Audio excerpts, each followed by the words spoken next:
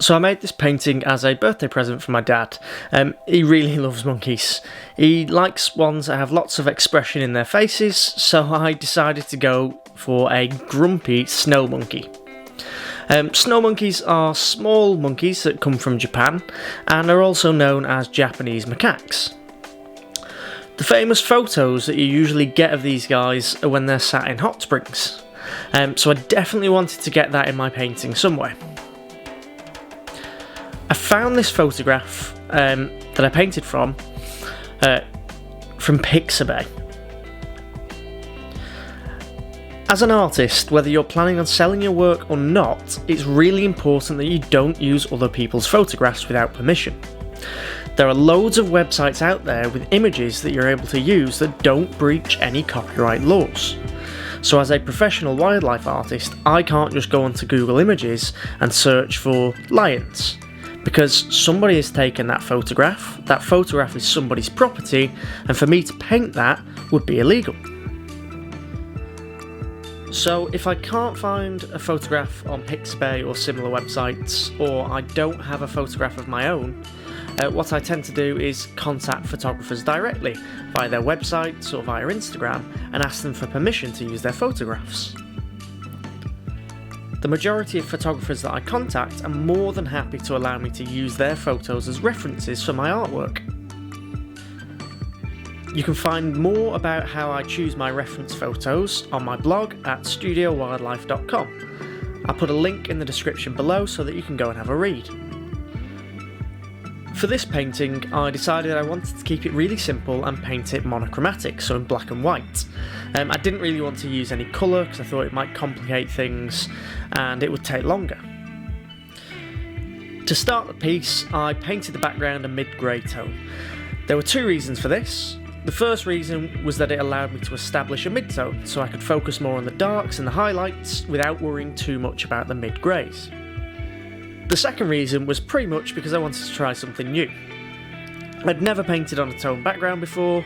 I'd used tone paper in some of my pastel works, but I wanted to see if it worked in my paintings as well.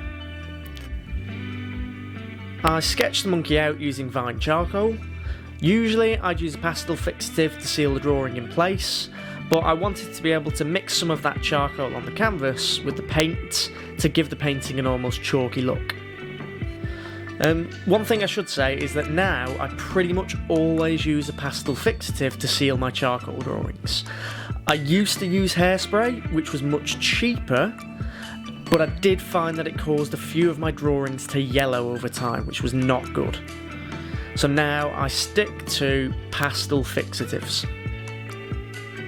So I started by painting the face. It's the point that I wanted to have the most detail and the point that I wanted to convey the most emotion. It's where I wanted the viewer to look when they viewed this painting. I started by painting in the darks using very, very thin washes of lamp black acrylic paint. I worked in layers, building up the paint until I was happy with the dark tones. I then continued with this technique, which was pretty similar to the way that I use watercolours to add the lighter layers, so building up thin washes of paint over the top of darker layers. So for the details, I like to work from dark to light, so I gradually built up the painting using paint that was very, very watered down, making it lighter with each layer by adding more white.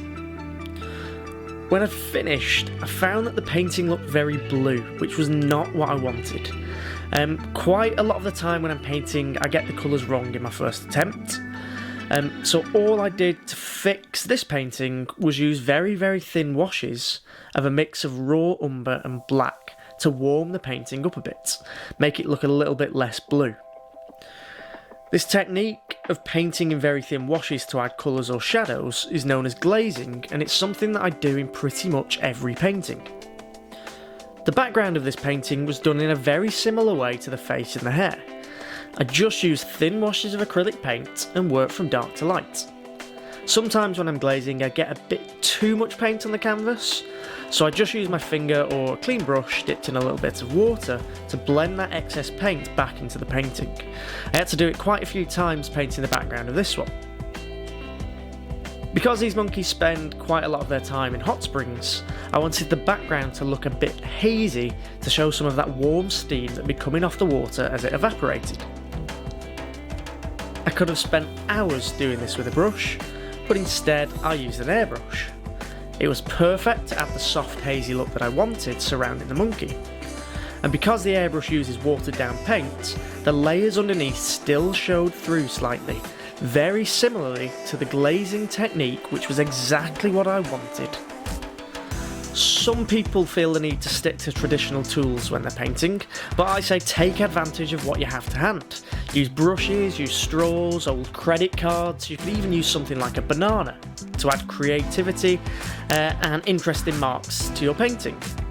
I might actually try that at some point. Comment below if you'd like to see me try and paint something just using a banana. The hair around the head was a real challenge. There was so much of it going in random directions, and it was clumped together because of the snow and the ice. It was really hard for me to make the hair look natural, but still look like some areas of it were stuck together. But I feel like it turned out okay in the end. I painted the hair in exactly the same way as I would paint the fur of a lion. The long strands of hair were exactly like that of a lion's mane. I have a full video describing my process for this. I'll put a link in the description if you want to go and watch it. Basically, my process starts with a very dark blocking for the basic shapes, and then building up lighter layers on top with more detail. I followed this process for the rest of the painting. One big tip that I have for painting fur like this is to buy a sword liner brush. It's the best thing that I've ever bought. They are basically these long dagger shaped brushes with a very fine point. You can get tiny details using them, and they hold so much paint, it just makes my process so much faster. I can spend much more time painting and less time having to top up my brush with paint between those strokes. It's perfect for fine fur details. For the final touch-ups to the monkey, I used the small detail brush. This mainly consisted of adding a few highlights and the snow. For the snow, I used white mixed with a tiny little bit of black. I didn't want to use pure white as it would be too bright, it would detract from the rest of the painting and it wouldn't look very natural.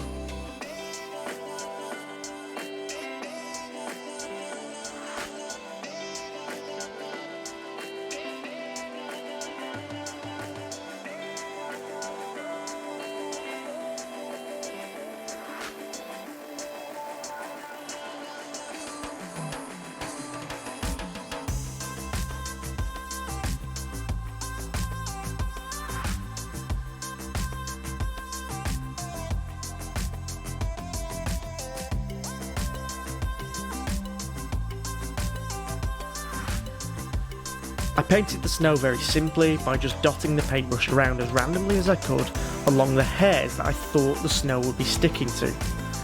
I didn't just splatter the canvas randomly. I thought about where the snow would fall, I thought about what would look natural, and that's where I did the random splatters. But I didn't want it to look too uniform, so I had to make it look like that snow was falling randomly, adding some variation to that painting.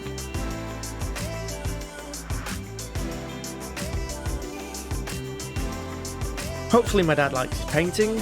Tell me what you think about this process in the comments below. Remember, if you enjoyed watching, please give this video a like.